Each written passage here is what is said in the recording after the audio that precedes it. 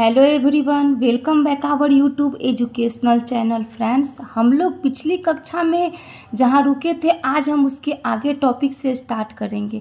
आपने अगर मेरा पिछले का वीडियो देखा होगा तो आपको याद होगा कि हमने पिछले क्लास में स्वराज पार्टी की स्थापना क्यों हुई, उसके क्या उद्देश्य थे, उसकी पृष्ठभूमि क्या थी, ये सबको हमने डिस्कस किया है, जो कि बीपीएससी में ये सारे क्वेश्चन इससे पूछे जाते हैं।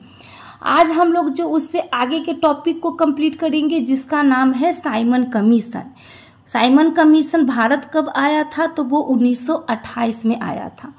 तो इसकी पृष्ठभूमि क्या थी? क्योंकि तो बीपीएससी में पृष्ठभूमि से इससे क्वेश्चन पूछे जाते हैं।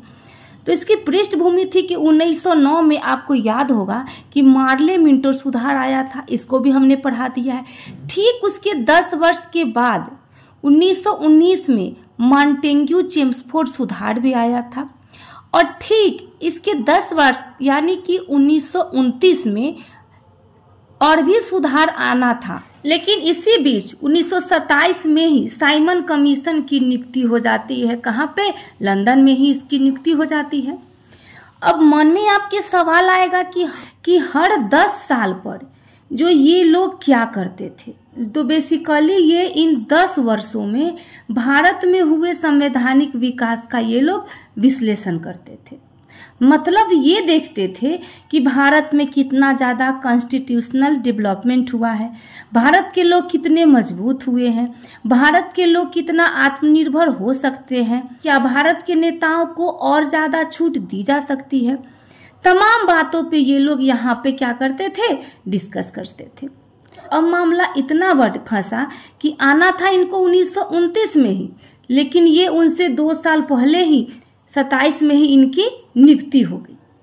और पिछली बार मार्ले मिंटो सुधार था, फिर 1919 में मॉन्टेग्यू चेम्सफोर्ड सुधार था, लेकिन 1927 में साइमन कमीशन की नियुक्ति हो गई।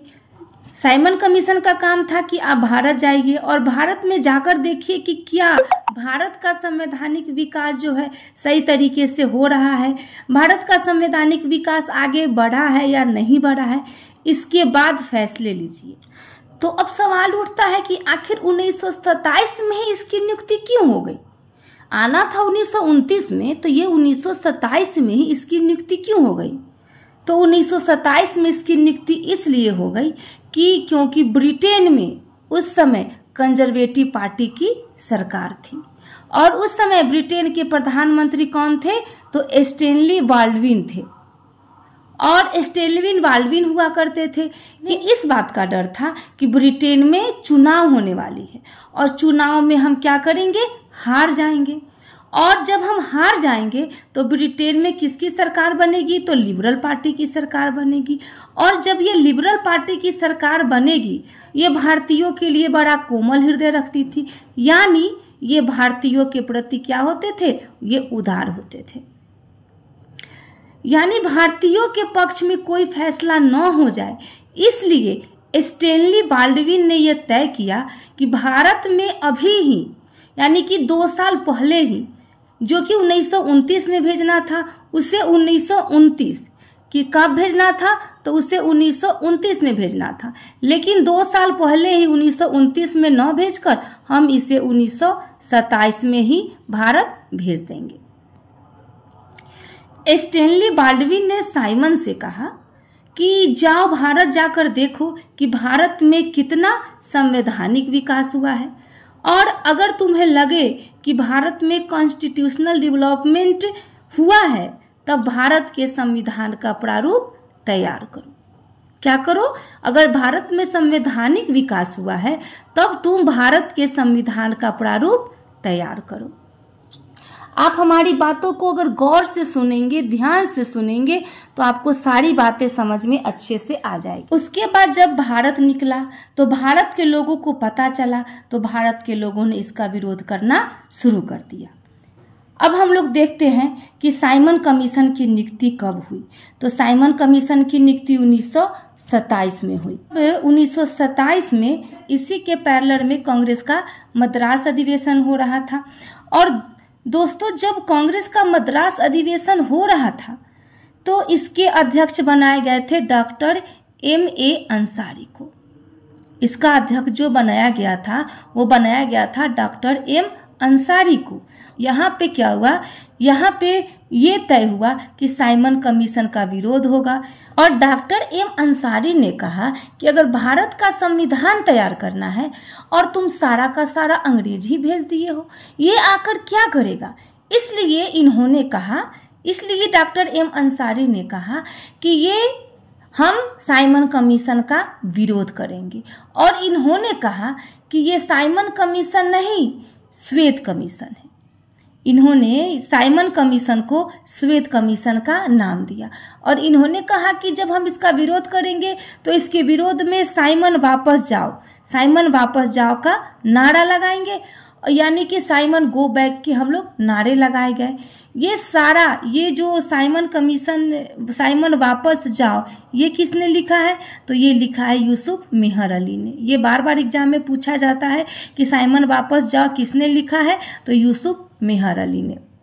तो इस प्रकार साइमन कमीशन की नियुक्ति हो गई और इसका विरोध कांग्रेस के मद्रास अधिवेशन में किया गया और कांग्रेस के मद्रास अधिवेशन में हुआ और इसका अध्यक्ष डॉक्टर एम ए अंसारी को बनाया गया।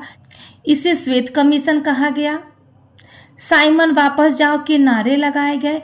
इसमें कुल 7 सदस्य थे और सभी के सभी सदस्य क्या थे, तो सभी के सभी सदस्य अंग्रेज थे और सभी के सभी सदस्य अंग्रेज किसकी अनुशंसा पर थे, तो सभी के सभी सदस्य अंग्रेज जो थे वो लॉर्ड इरविन की अनुशंसा पर है। अब इसमें सबसे महत्वपूर्ण सदस्य पूछता है कि इसमें सबसे महत्वपूर्ण सदस्य कौन था, तो इसके सबसे महत्वपूर्ण सदस्य का नाम था क्लीमेंट एटली। आखिर 7 सदस्य थे लेकिन एक ही सदस्य का नाम पूछता है जो कि महत्वपूर्ण सदस्य था, उसका नाम था क्लीमेंट एटली। तो क्योंकि क्लीमेंट एटली बाद में ब्रिटेन के प्रधानमंत्री बनते हैं और इसलिए एग्जाम में इससे बार बार क्वेश्चन पूछा जाता है। अगर ये ब्रिटेन के प्रधानमंत्री बाद में नहीं बनते तो शायद इससे बार बार एग्जाम में क्वेश्चन नहीं पूछा जाता। साइमन कमीशन की नियुक्ति हुई कब, 1927 में। ये भारत कब आया, तो 3 फरवरी 1928 को। ये भारत कब आया, तो ये 3 फरवरी 1928 को। इस कमीशन में कुल कितने सदस्य थे, तो 7 सदस्य थे और सभी सदस्य क्या थे, अंग्रेज थे। तो और किसकी अनुशंसा पर, तो लॉर्ड इरविन की अनुशंसा पर, क्योंकि उस समय भारत के वायसराय कौन थे, तो लॉर्ड इरविन हुआ करते थे। उसी समय इरविन के ही अनुशंसा पर ब्रिटेन के जो प्रधानमंत्री स्टैनले बाल्डविन ने बोला था कि सभी के सभी सदस्य जो है अंग्रेज भेजे जाएंगे, एक भी भारतीय इसमें सदस्य नहीं जाएगा। और कांग्रेस के लोगों का कहना था तो अगर तुम भारत आ रहे हो और भारत का संवैधानिक विकास देखना चाहते हो और इसमें अगर कोई भारतीय सदस्य नहीं है तो हम इसका विरोध करेंगे। उसके बाद साइमन कमीशन बॉम्बे पहुंचता है और बॉम्बे में वो कब पहुंचता है, ये एग्जाम में बार बार पूछा जाता है। बॉम्बे में वो 3 फरवरी 1928 को पहुंचता है और बॉम्बे में इसका विरोध हुआ। फिर बॉम्बे में काला झंडा दिखलाया गया और बॉम्बे में हड़ताल हुआ और बॉम्बे में ही नारा लगाया गया सबसे पहले कि साइमन वापस जाओ, साइमन गो बैक। जब वो बॉम्बे पहुंचता है तो बॉम्बे में नारा लगाया जाता है साइमन वापस जाओ। उसके बाद वो दिल्ली जाता है और दिल्ली में भी यही नारा लगाया जाता है कि साइमन गो बैक, साइमन वापस जाओ। फिर ये लखनऊ में जाता है, लखनऊ में भी यही नारा लगाया जाता है।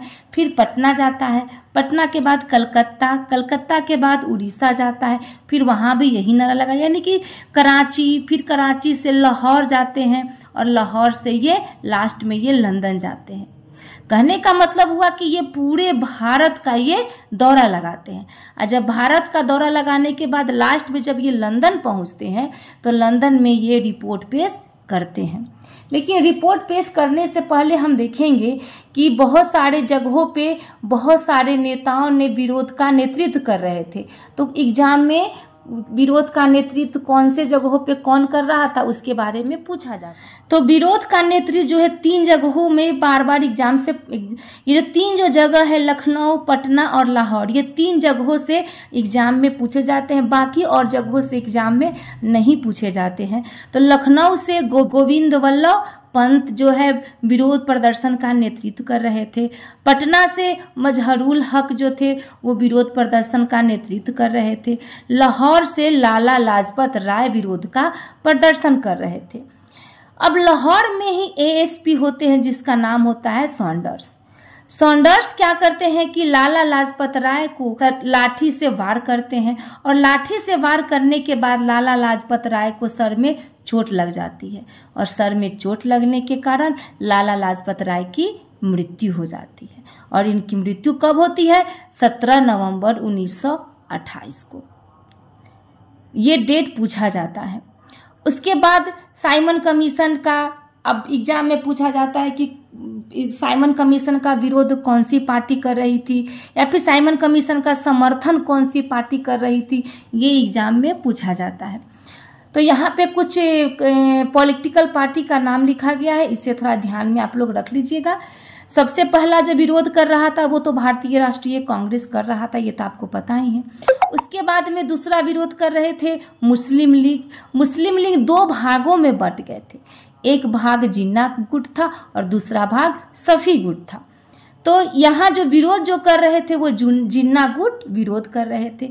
हिंदू महासभा यानी कि मदन मोहन मालवीय की जो पार्टी थी हिंदू महासभा, वो भी इनका विरोध कर रहे थे। किसान प्रजा पार्टी भी इनका विरोध कर रहे थे। उसके बाद इंडियन लिबरल एसोसिएशन भी इनका विरोध कर रहे थे और भारतीय औद्योगिक एवं वाणिज्यिक कांग्रेस भी इनका विरोध कर रहे थे।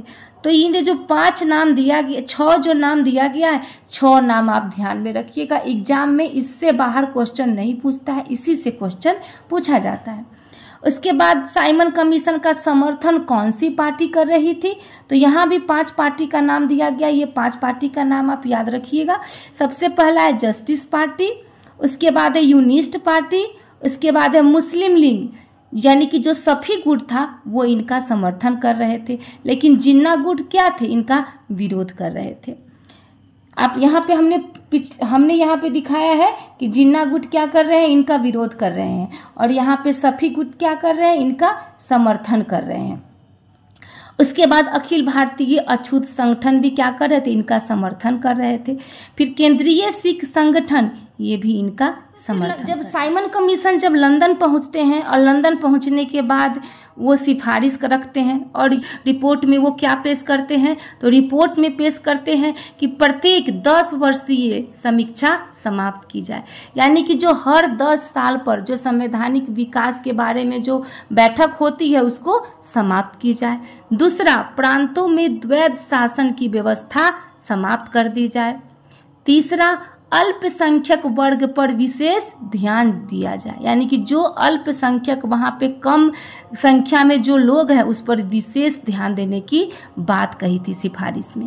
मताधिकार की छूट दी जाए, यानी कि उस समय सभी लोगों को मत देने का अधिकार नहीं था, तो उसकी छूट देने की बात कही सिफारिश में। फिर सिफारिश में अगला बात कहा गया कि केंद्र में उत्तरदायी सरकार की स्थापना न की जाए। ठीक है, केंद्र में उत्तरदायी सरकार की स्थापना न की जाए। तो ये जो 5 सिफारिश साइमन कमीशन ने ब्रिटेन के प्रधानमंत्री स्टैनले बाल्डविन के सामने प्रस्तुत की।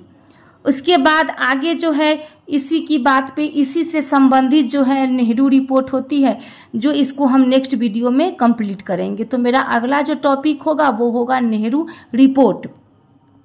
अगर आपको मेरा वीडियो अच्छा लगे और अगर आपको लगे कि मेरा वीडियो आप सबों के लिए हेल्पफुल है, तो मेरे चैनल को सब्सक्राइब करें, लाइक करें, शेयर करें तथा कमेंट करें। तो बने रहिए हमारे साथ, मिलते हैं नेक्स्ट वीडियो में नेक्स्ट टॉपिक के साथ। धन्यवाद।